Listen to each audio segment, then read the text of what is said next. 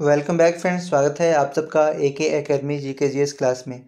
मैं आदित्य आज फिर से आप सबके बीच पॉलिटी के कुछ महत्वपूर्ण क्वेश्चन को लेके आया हूं और ये क्वेश्चन फुल डिटेल्ड डिस्कशन होंगे।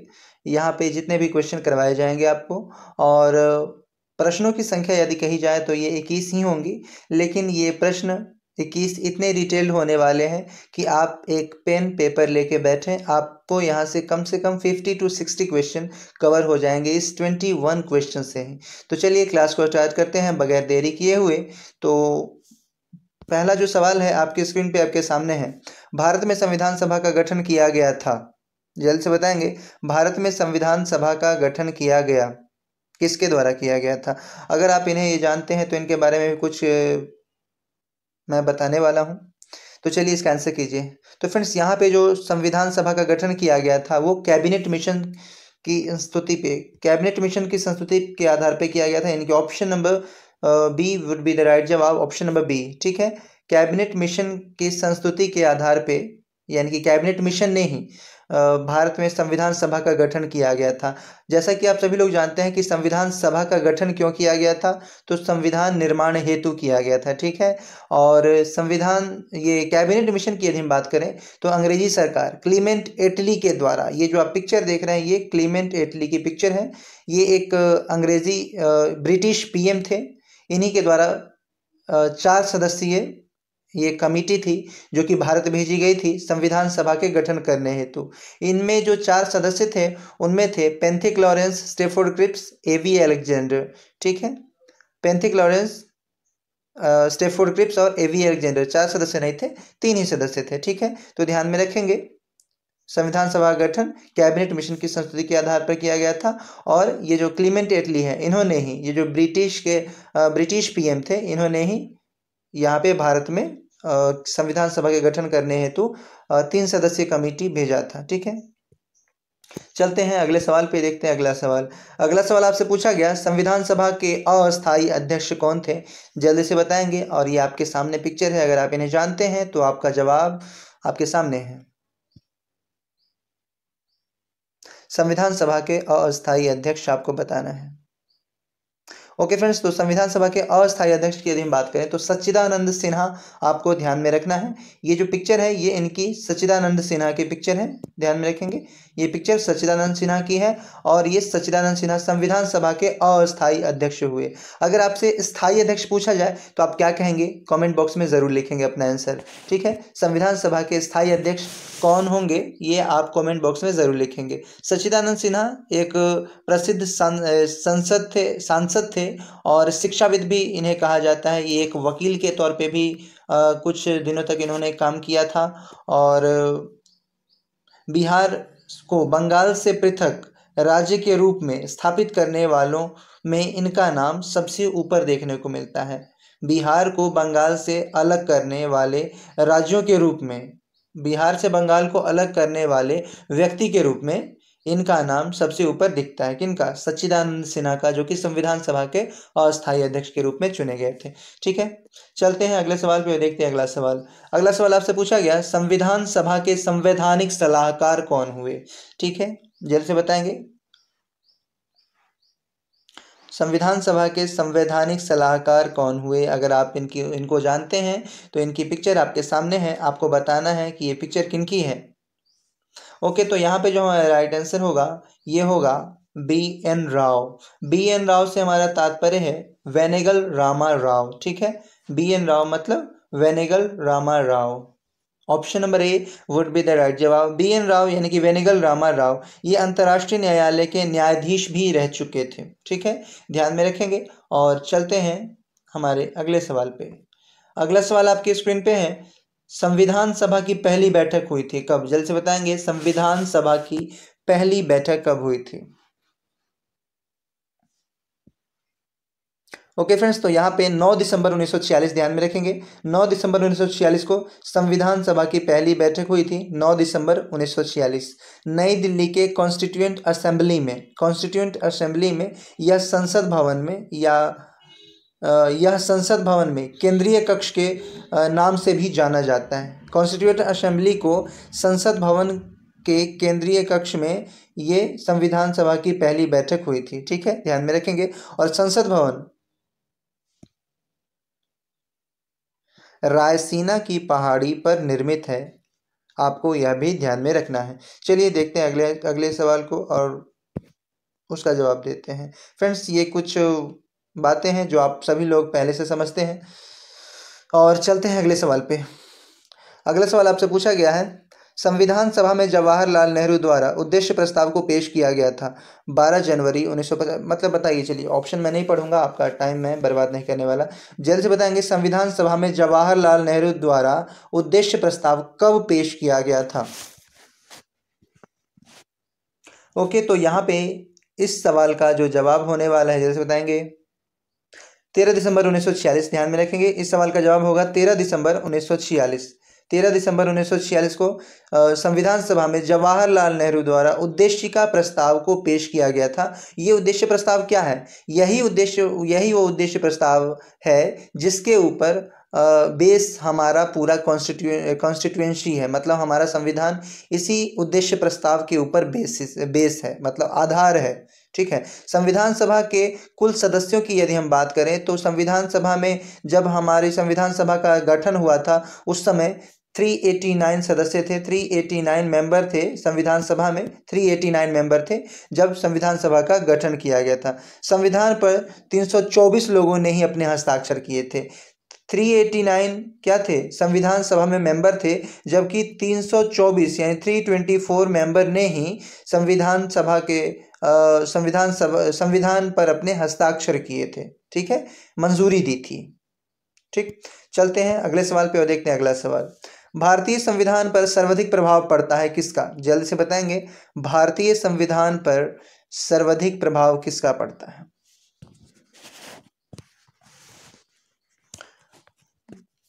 ओके फ्रेंड्स, तो यहाँ पे भारतीय संविधान पर सर्वाधिक प्रभाव की बात करें तो भारत शासन अधिनियम 1935 का पड़ता है। भारत शासन अधिनियम 1935 का सर्वाधिक प्रभाव आपको देखने को मिलता है, यानी कि option number C would be the right जवाब हेयर। चलते हैं अगले सवाल पे। ये जो 1935 की यदि हम बात करें तो 1935 ये इसका सर्वाधिक प्रभाव हमारे संविधान में देखने को मिलता है इस वजह से क्योंकि हमारे संविधान में ज़्यादा से ज़्यादा, बहुत ज़्यादा मात्रा में जो नियम कानून है वो भारत शासन अधिनियम, जो कि अंग्रेज़ों के द्वारा हमारे भारत में लागू किया गया था, वही कानून शब्दशः हमारे कॉन्स्टिट्यूशन में शामिल कर दिए गए। ज़्यादा से ज़्यादा 1935 भारत शासन अधिनियम 1935 के अधिनियम से। ठीक है, तो चलते हैं अगले सवाल पे और देखते हैं हमारे क्लास का अगला सवाल। अगला सवाल है भारत के भाषा के आधार पर गठित पहला राज्य कौन है? जल्दी से बताएंगे, भाषा के आधार पर गठित पहला राज्य कौन है? ओके, तो फ्रेंड्स यहाँ पे जो है राइट आंसर होगा वो होगा आंध्र प्रदेश। ध्यान में रखेंगे, आंध्र प्रदेश जो है भाषा के आधार पर गठित पहला राज्य है। पर ये गठित कब हुआ था? ये तिथि 1935 नहीं होगा, 1953 होगा। ठीक है, 1953 में भाषा के आधार पर गठित भारत का पहला राज्य वो आंध्र प्रदेश है, और भाषा के आधार पर गठित पहला राज्य आंध्र प्रदेश है। और इसकी यदि हम बात करें तो भाषा के आधार पर राज्यों का गठन उचित है या नहीं, इसकी जांच के लिए संविधान सभा अध्यक्ष कौन थे? डॉक्टर राजेंद्र प्रसाद। चलिए यहाँ पे मैं आपको बता दूं, अगर आपने कमेंट बॉक्स में आंसर किया होगा तो बेहतर है, नहीं किया तो आपको ध्यान में रखना है कि संविधान सभा के स्थायी अध्यक्ष की यदि हम बात करें तो डॉक्टर राजेंद्र प्रसाद हुए थे। ठीक है, संविधान सभा के स्थायी अध्यक्ष की यदि हम बात करें तो डॉक्टर राजेंद्र प्रसाद हुए थे। संविधान सभा अध्यक्ष डॉक्टर राजेंद्र प्रसाद ने इलाहाबाद उच्च न्यायालय के न्यायाधीश एस.के. धर की अध्यक्षता में 4 सदस्यीय आयोग की नियुक्ति की, जिसमें यह जांचने के लिए नियुक्ति की कि क्या भाषा के आधार पर राज्यों का पुनर्गठन किया जाना उचित है। तो ऐसा पाया गया कि राज्यों का पुनर्गठन भाषाई आधार पर किया जाना उचित कहीं से भी नहीं था, इसलिए उन्होंने कहा कि भाषाई आधार पर नहीं, प्रशासनिक आधार पे राज्यों का पुनर्गठन किया जाए, वो ज़्यादा बेहतर होगा। तो यहाँ पे ये सारी बातें इससे रिलेटेड थी जो मैंने आपको बताई। और यहाँ पे 1953 ध्यान में रखेंगे, 1953 में भारत में आंध्र प्रदेश भाषा के आधार पर गठित पहला राज्य था। ठीक है, और किसने ऐसी मांग की थी पहली बार, अगर आप जानते हैं तो कमेंट बॉक्स में जरूर लिखेंगे। अगला सवाल है, संविधान निर्माण में कुल कितना समय लगा था। ये तो फ्रेंड्स बच्चों वाली बात है, आप सभी लोग जानते ही होंगे, लेकिन जो लोग नहीं जानते एक बार देख लेंगे। संविधान निर्माण में कुल कितना समय लगा था। ओके, तो यहाँ पे इस पे ज़्यादा समय नहीं देना है। भारतीय संविधान में निर्माण में 2 वर्ष 11 माह 18 दिन का समय लगा था। 2 वर्ष 11 माह 18 दिन का समय, यानी option number B would be the right जवाब अगेन। और चलते हैं, यदि हम संविधान की बात करें तो 5 घंटे भी कहीं कहीं आपको मिल सकता है। 2 वर्ष 11 माह 5 घंटे 2 वर्ष 11 माह 18 दिन और 5 घंटे भी आपको कहीं कहीं देखने को मिल सकते हैं, तो वो भी सही जवाब होगा। फिलहाल यहाँ पे ऑप्शन नंबर बी राइट जवाब है। और चलते हैं हमारे अगले सवाल पे। अगला सवाल है, मूल संविधान में अनुच्छेद एवं अनुसूचियों की संख्या कितनी थी। जल्दी से बताएंगे, मूल संविधान में अनुच्छेद एवं अनुसूचियों की संख्या कितनी थी। तो फ्रेंड्स, अगर यदि आप चाहते हैं कि इसी प्रकार से क्वेश्चन का डिस्कशन डेली हो तो प्लीज़ अपने ज़्यादा से ज़्यादा दोस्तों के बीच इस वीडियो को शेयर कीजिए, ताकि वो सभी लोग इस क्लास से जुड़ सकें और हम लोग और बेहतर प्रैक्टिस कर सकें। ठीक है, तो फिलहाल यहाँ पे जो इस क्वेश्चन का राइट जवाब होगा कि मूल संविधान में अनुच्छेद एवं अनुसूचियों की संख्या की हम बात करें तो ये होंगे 395 अनुच्छेद। मूल संविधान में यदि हम बात करें, मूल संविधान में अनुच्छेद एवं अनुसूचियों की संख्या तो 395 अनुच्छेद थे एवं अनुसूचियां कितनी थी, 8 थी। ठीक है, मूल संविधान की बात हो रही है। 395 अनुच्छेद एवं 8 अनुसूचियां, मूल संविधान में 395 अनुच्छेद और 8 अनुसूचियां थी। यहाँ पे 8 अनुसूचियां कर लेंगे, ये 8 अनुसूची। ठीक है, 395 अनुच्छेद और 8 अनुसूची थी। ये क्या, प्रारंभ के संविधान निर्माण के समय। लेकिन बाद में बहुत सारे हमारे संविधान में संवैधानिक संशोधन हुए।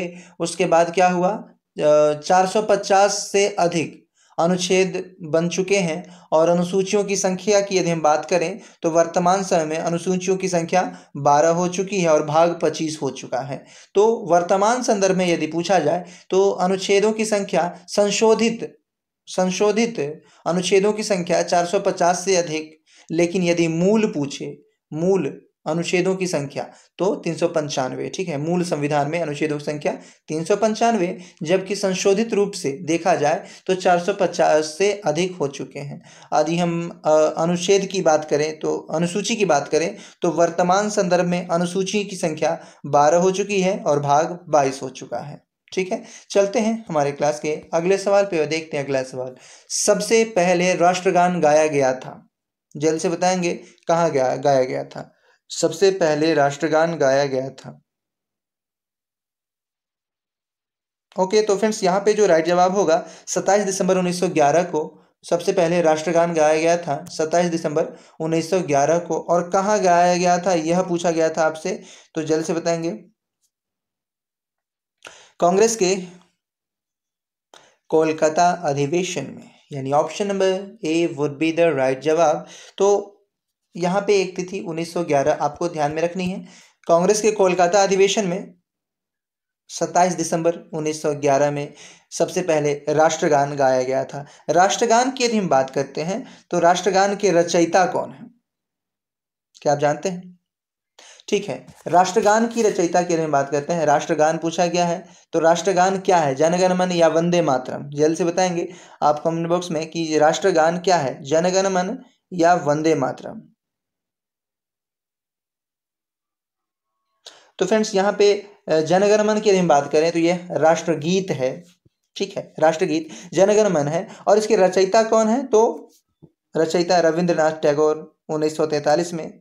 और इन्हें ही 1913 में इन्हें रविंद्रनाथ टैगोर को गीतांजलि पत्रिका के लिए नोबेल पुरस्कार से भी सम्मानित किया गया था। ध्यान में रखेंगे, सवाल यहाँ पे था सबसे पहले राष्ट्रगान गाया गया था तो कोलकाता के कांग्रेस के कोलकाता अधिवेशन में 1911 में गाया गया था। ध्यान में रखना है। और चलते हैं हमारे क्लास के अगले सवाल पे। अगला सवाल है, संविधान में हमारे देश का नाम क्या है। संविधान में, हमारा जो संविधान है इंडियन कॉन्स्टिट्यूशन में, उस इंडियन कॉन्स्टिट्यूशन में हमारे देश का नाम क्या है? ओके, तो फ्रेंड्स यहाँ पे जो हमारा राइट आंसर होगा वो होगा भारत या इंडिया। संविधान में हमारे देश का नाम जो है भारत या इंडिया रखा गया है या वर्णित किया गया है, आपको ध्यान में रखना है। भारत अर्थात इंडिया या भारत एवं इंडिया, ठीक है, इंडिया, यानी option number B would be the right जवाब। चलते हैं अगले सवाल पे और देखते हैं अगला सवाल। अगला सवाल है, राष्ट्रीय ध्वज के चक्र का रंग एवं तीलियों की संख्या। जल्द से बताएंगे कि क्या है। चक्र का रंग भी बताना है और तीलियों की संख्या भी आपको बतानी है। और ध्वज से जब बात आई है तो राष्ट्रीय ध्वज की लंबाई चौड़ाई का अनुपात यदि आप जानते हैं तो कमेंट बॉक्स में ज़रूर लिखेंगे।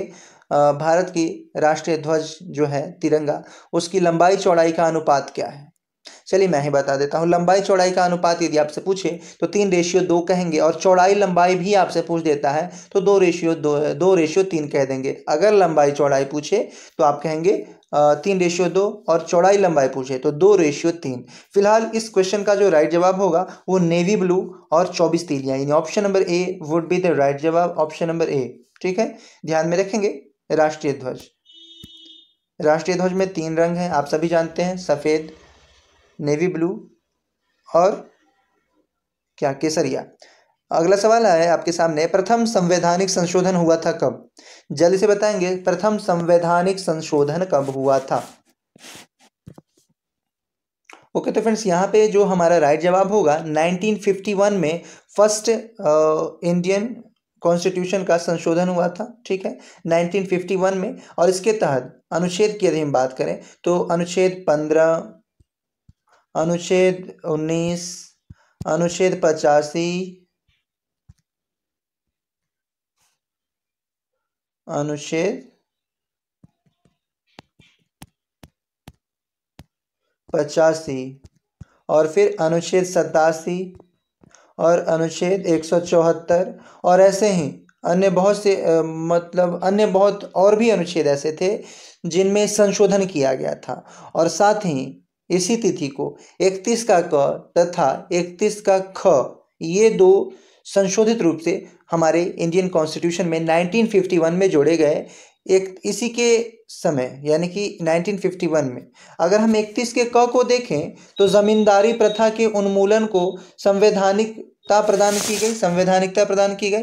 और साथ ही 31 का ख देखें तो 9वीं अनुसूची में शामिल किए गए अधिनियम की वैधानिकता को न्यायालय में चुनौती नहीं दी जाएगी, ऐसा प्रावधान 1951 में किया गया, ठीक है। अगर आपको लगता है मैं थोड़ा स्लो यानी फास्ट बोल रहा हूँ तो आप क्या करेंगे, वीडियो को थोड़ा सा स्लो कर लेंगे, उसके बाद आप इसे सुन लेंगे और लिख लेंगे अपनी कॉपी में। तो चलिए आगे देखते हैं हमारे वीडियो का क्लास का अगला सवाल।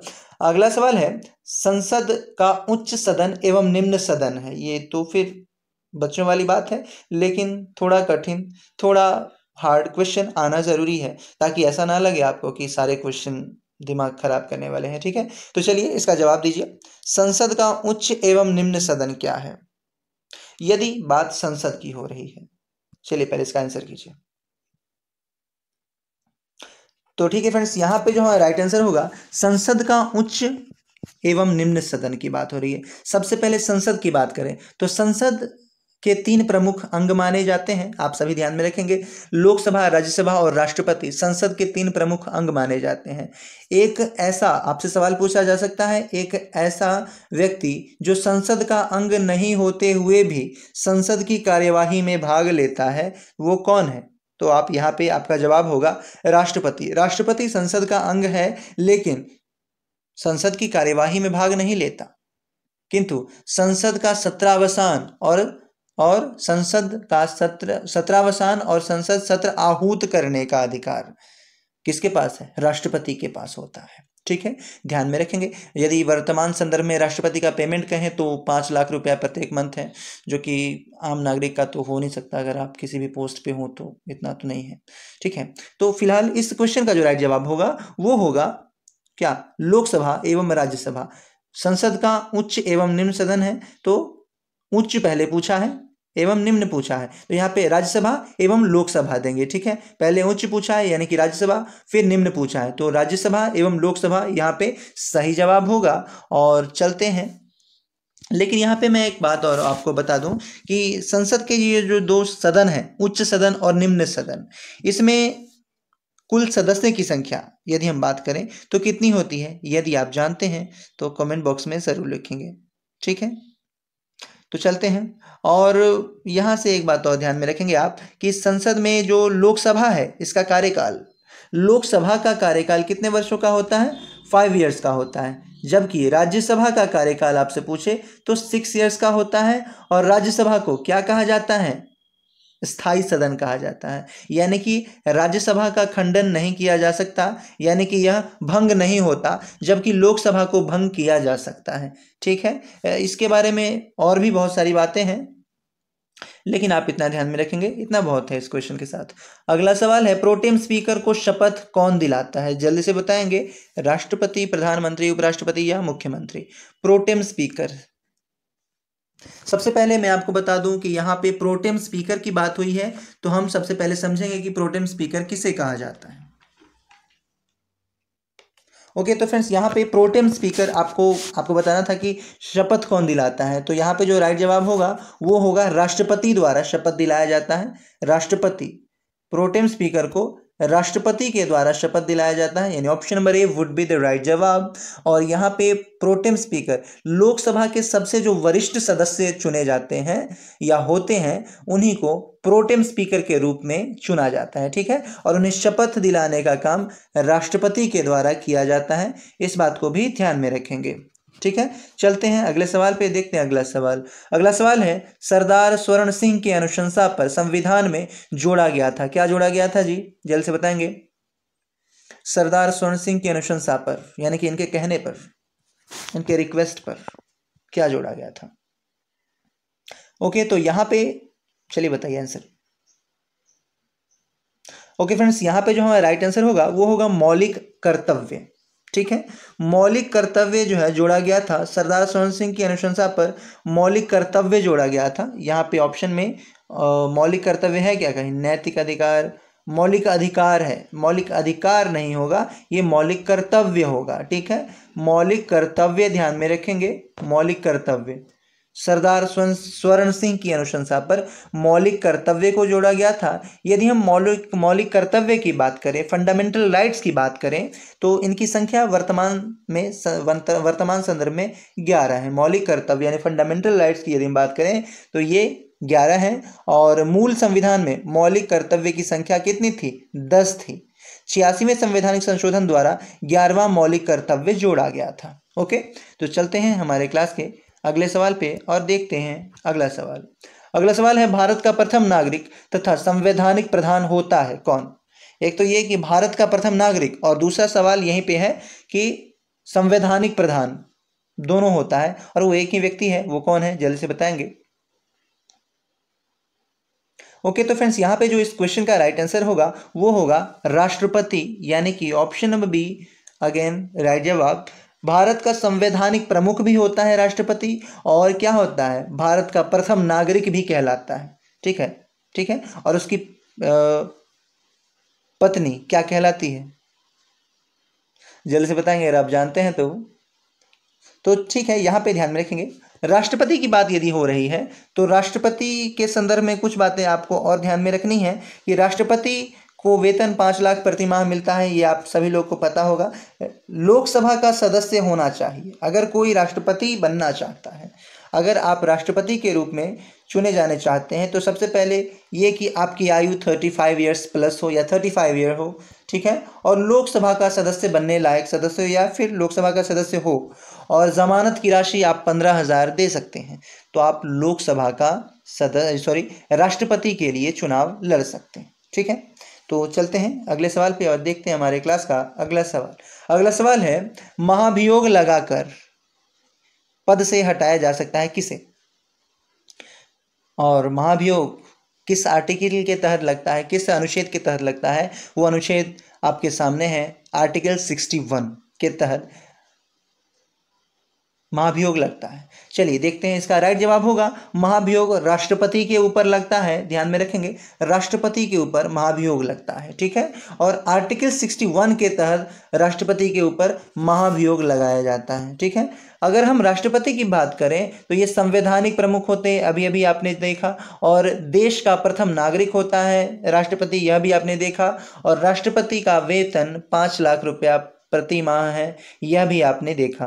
संसद के सत्र को आहूत और सत्रावसान करने का काम राष्ट्रपति के द्वारा किया जाता है। संसद के सत्र को आहूत करना मतलब संसद सत्र बुलाना, और सत्रावसान करना मतलब संसद का सत्र समाप्त करना, ये दोनों अधिकार राष्ट्रपति के पास निहित होते हैं, ठीक है, ध्यान में रखेंगे। चलते हैं हमारे क्लास के अगले सवाल पे, देखते हैं अगला सवाल। राष्ट्रपति अपना त्याग पत्र किसे सौंपता है? फिर ये बच्चों वाली बात है, जल्द से बताएंगे। राष्ट्रपति अपना त्याग पत्र किसे सौंपता है? जो लोग जानते हैं अच्छी बात है, जो लोग नहीं जानते उनका फिर से यहाँ पे रिवीजन हो जाएगा इस क्वेश्चन का। चलिए इसका आंसर कीजिए कि राष्ट्रपति अपना त्याग पत्र किसे सौंपता है? Resignation letter. तो फ्रेंड्स यहाँ पे राष्ट्रपति अपना त्यागपत्र उपराष्ट्रपति यानी कि वाइस प्रेसिडेंट को सौंपते हैं, ठीक है। उपराष्ट्रपति है क्या? ठीक है, ऑप्शन नंबर डी, उपराष्ट्रपति को सौंपते हैं। और तीनों सेनाओं का जो सर्वोच्च कमांडर होता है, राष्ट्रपति के संदर्भ में ध्यान में रखेंगे, तीनों सेनाओं का जो सर्वोच्च कमांडर होता है वो कौन होता है? राष्ट्रपति होता है। लोकसभा को भंग और साथ ही मृत्यु दंड को भी समाप्त कर सकता है, यह भी अधिकार राष्ट्रपति के पास होता है। अगर सुप्रीम कोर्ट या हाई कोर्ट ने किसी को फांसी की सज़ा दे दी है, सुना दी है, तो उस फांसी की सज़ा को भी राष्ट्रपति एकमात्र ऐसा व्यक्ति है जो माफ़ कर सकता है या उसे कम कर सकता है, करवा सकता है, ठीक है, ध्यान में रखेंगे इस बात को भी। चलते हैं हमारे क्लास के अगले सवाल पे और देखते हैं अगला सवाल। राष्ट्रपति के चुनाव में भाग लेते हैं, कौन कौन भाग लेते हैं जी राष्ट्रपति के चुनाव में? और फ्रेंड्स अगर आपको क्लास पसंद आई है तो लाइक आप कर ही सकते हैं, बाकी मैं ये सारी बातें मैं नहीं कहना चाहता, आप खुद समझदार हैं। चलिए देखते हैं, आपको अगर बेहतर लगेगा तो आप ज़रूर ये सारी चीज़ें कर लेंगे, कहने की ज़रूरत नहीं है। तो राष्ट्रपति के चुनाव में भाग लेता है कौन कौन, ये आपको बताना था। तो संसद एवं राज्य विधानसभाओं के निर्वाचित सदस्य, ध्यान में रखेंगे, यानी कि संसद एवं राज्य विधानसभाओं के निर्वाचित सदस्य, संसद तो भाग लेते ही हैं, राज्य विधानसभाओं के निर्वाचित सदस्य भी भाग लेते हैं, यानी कि यहाँ पे होना चाहिए था option number A and B, ठीक है, option number A and B यहाँ पे राइट जवाब होगा। राष्ट्रपति के चुनाव में संसद एवं राज्य विधानसभा के निर्वाचित सदस्य, मनोनीत सदस्य नहीं कहा जा रहा है, राज्य विधानसभा के निर्वाचित सदस्य ही, ठीक है, ठीक है। तो फ्रेंड्स आशा करता हूँ कि आपको ये वीडियो पसंद आई होगी। वीडियो पसंद आई है तो ठीक है, मिलते हैं अगली क्लास में, तब तक के लिए best of luck, thank you.